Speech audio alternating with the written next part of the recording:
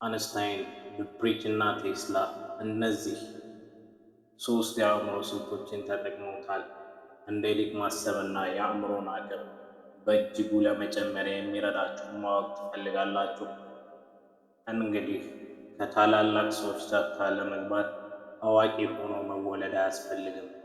አሊያም እንደ ሀገራችን ባህል አቢሾም ሆነ ሌሎች ነገራቶችን ማወቅ አያስፈልግም። ዋናው ጉዳይ መርሁን ማወቅ ነው። ለዛም ነው ተንቀው የነበሩ እንደ አንስታይን ያሉ ሰዎች የላቀ አስተሳሰብ ውስጥ የገቡት። አንስታይን፣ ዱፕሪች እና ቴስላ ሁሉም ሰዎች የሚለዩት የራሳቸው የሆነ አእምሮ ስልቶችን ስለነበራቸው ነው። እናም እነዚህን ድንቅ ልሂቃን እንዳያስቡ የሚያግዛቸውን ሶስት የአስተሳሰብ ስልቶች አካፍላቸዋለሁ። እነዚህ ድንቅ ልሂቃን አእምሯቸውን ዓለምን ለመቀያየር፣ ፈጠራዎችን ለመፍጠር እናም ሰዎችን ለማስተማር የተጠቀሙባቸው ስልቶች ናቸው። መልካም ልብ ካላችሁ ቻናሉን ሰብስክራይብ፣ ቪዲዮውን ላይክ አድርጋችሁ ጀምሩት። አንደኛ ሴክሽን የጀማሪው አእምሮ ለዘላለም ማወቅ ጉጉ ሁን ይላል። መጀመሪያ የጀማሪው አእምሮ ስል ምን ማለት ፈልጌ እንደሆነ መሰላችሁ? በቀላል አነጋገር በጣም ብልህ ሰዎች በጣም ብዙ ጥያቄዎችን ይጠይቃሉ። ሁሉንም አውቃለሁ ብለው ግን አያስቡም። ይልቁንም አዲስ እውቀትንና ጥልቅ ግንዛቤን በመፈለግ እንደ ጀማሪ ወደ እውቀት ዓለም በጉጉት ይገባሉ።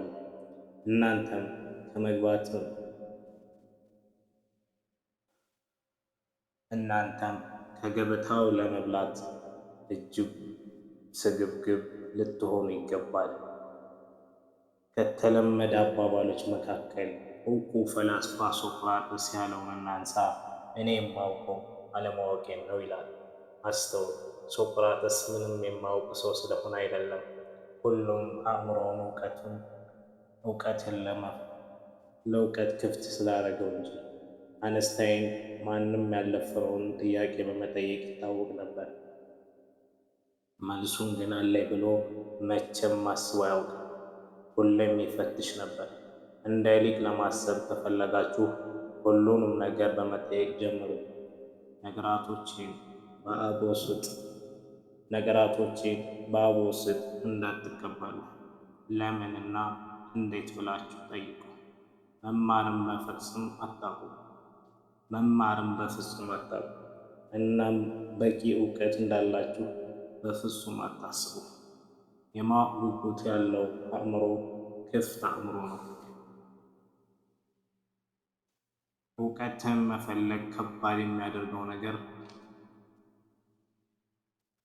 እናም ክፍት አእምሮ ለመፍትሄ ቅርብ ነው። ለመማር ዝግጁ ነው። ትዕቢተኛ አዋቂ ሁሌም አውቃለሁ ብሎ ያስባል። ያችንም እውቀት ብሏት ለአደባባይ ሊያቀርባት ይሯሯጣል። እውነት ነው የምላችሁ እንዲህ አይነት ሰው ጋር ጓደኛ ባትሆኑ ይመረጣል። ይህ የጀማሪው አእምሮ ጽንሰ ሀሳብ ልክ እንደ ጀማሪ ማወቅን እንደሚፈልግ ሰው መኖር። ይህ አስተሳሰብ ጥንካሬን፣ እድገትንና ብርታትን ይሰጣል። በአንድ ወቅት እውቀትን ፈላጊ ወደ አንድ ጠቢብ ጋር መጣና እንደ ሀሳባቸው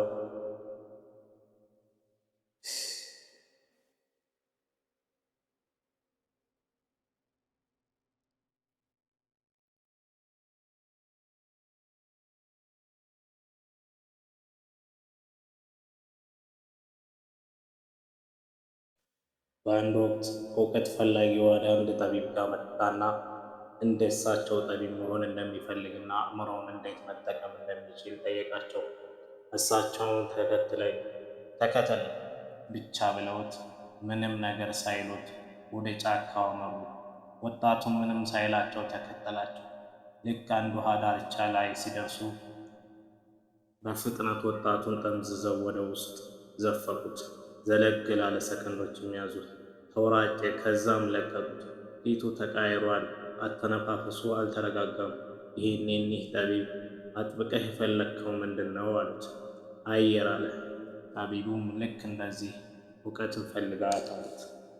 እውቀትን መፈለግ ከባድ የሚያደርገው ነገር አለማወቅን ለራስ መናገሩ ላይ ነው። ታዲያ ይህን ያክል ታልኳችሁ ካልቀረ ራሳችንን ጠይቀው የጀማሪዎችን አእምሮ መያዝ ወይም ማዳበር ለምን አስፈላጊ እንደሆነ። ምክንያቱም ጀማሪ ተማሪ መሆን የዕድሜ ልክ ትምህርትን ስለሚያበረታታ። ለማወቅ ጉጉ ሲኖራችሁ ማደጋችሁን አታቆሙ። ሁለተኛ፣ ኢጎ ወይም ትህትና ይቀንሳል።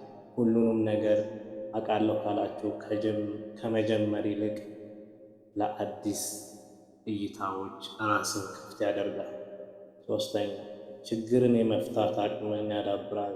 ተግዳሮቶችን በአዲስ አይኖች መመልከትና ወደ ፈጠራ ወደ መፍትሄ ሀሳቦች ያመራል።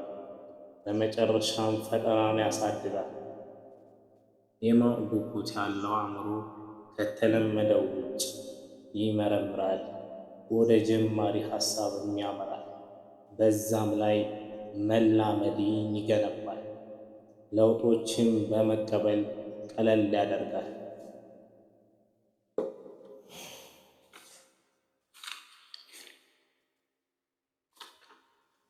የጀማሪ አእምሮ እንዴት እንገነባለን? ተጨማሪ ጥያቄዎችን ጠይቁ። ሁኔታዎችን ከመገመት ይልቅ ጠይቁ፣ በጉጉት ቅረቡ። ያልታወቀ ሀሳብን ከመቀበል ይልቅ በደስታ አስቡት። ግትርነታችሁን ትታችሁ ነገራቶችን በፈቃደኝነት በመቀበል ዝግጁ ሁኑ። እንደገና ተማሩ፣ አዳዲስ ተሞክሮዎችን ሞክሩ። ከምቾት ቀጠና ውጡ ይለናል። በጥሞና ጊዜ ቆዩ። ትኩረትን የሚከፋፍሉ ነገራቶችን አስወግዱ። ልክ እንደ አንድ እውነተኛ ጀማሪ ሁኑ። እውቀትን ፈልጉ።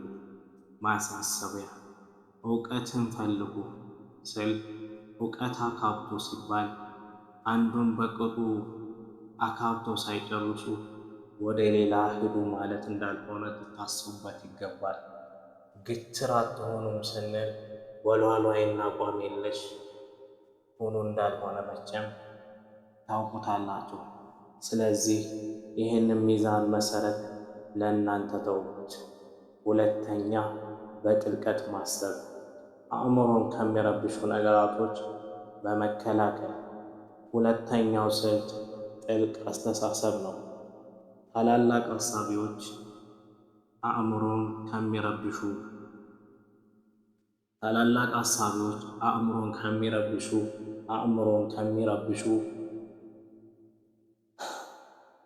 ታላላቅ ሀሳቢዎች አእምሮን ከሚረብሹና አእምሮን ከሚነሱ ነገራቶች ተከልለው በጥልቀት ብቻቸውን ለሰዓታት ያሳልፋሉ።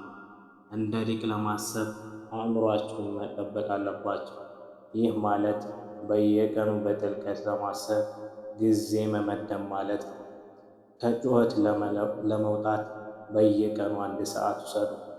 በዚህም ሰዓት ስልክ የለም፣ ኢሜል የለም፣ ሰዎች የሉም፣ ንጹሕ አየር፣ እቅድናም እናንተ ብቻ ናቸው። ይህ ለእናንተ ምርጡ ጊዜ ነው። ሀሳባችሁንና ህልማችሁን የምታውቁበት፣ ችግሮቻችሁን የሚፈቱበት፣ ራሳችሁን የምትሆኑበት ሰዓት ነው።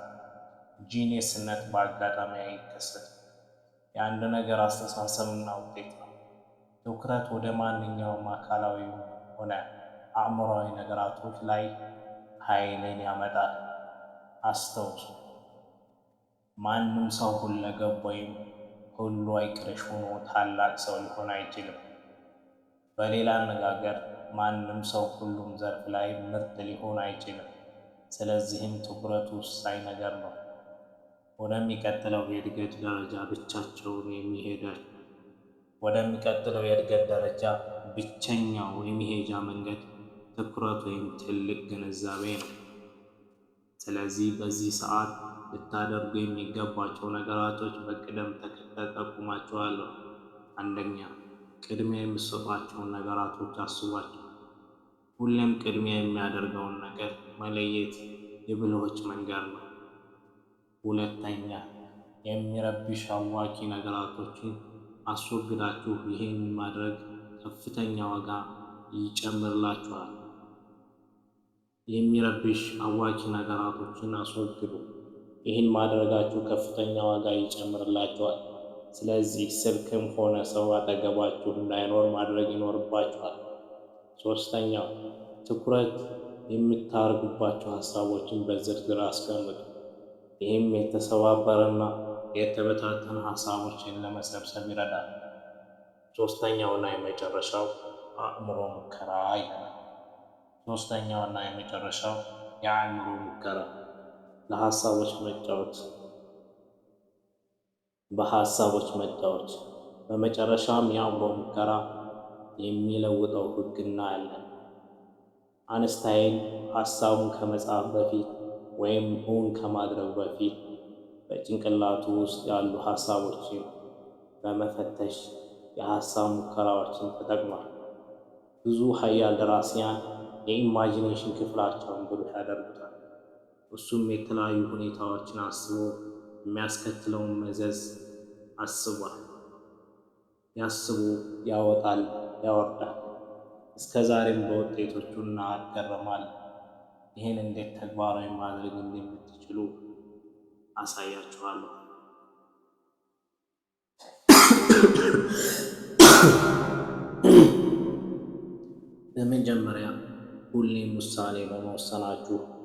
በመጀመሪያ ሁሌም ውሳኔ ከመወሰናችሁ በፊት ቢሆንስ ብላችሁ በአእምሯችሁ ማየት ጀምሩ። ይህም ባደርግስ፣ ያንን መንገድ ብሄድስ፣ የተለያዩ ውጤቶችን በአእምሮ ህሊናችሁ ተመልከቱ። ይህ አእምሮ ጨዋታ ነገራቶችን በተለያየ አቅጣጫ እንድትመለከቱ ይፈቅድላችኋል። ይህ ቢሆንስ ሕግ ያለ ድንበርና ያለ ከልካይ ነገራቶችን ስለሚዘልቅ ልዩ ስሜትን ይፈጥራል። ይህም ወደ የበለጠ ፈጠራና ስልታዊ ውሳኔ ሰጪነት ይወስዳችኋል። እርግጠኛ ነኝ ከሦስቱ አንዱ ኢማጂኔሽን። እርግጠኛ ነኝ ከእነዚህ ሦስት የአእምሮ ማበልጸጊያ ስልቶች ከአንደኛው እንደምትጀምሩ እርግጠኛ ነኝ። እስኪ እናንተ ከማንኛው እንደምትጀምሩ በኮሜንት ሴክሽን ላይ አሳውቁኝ።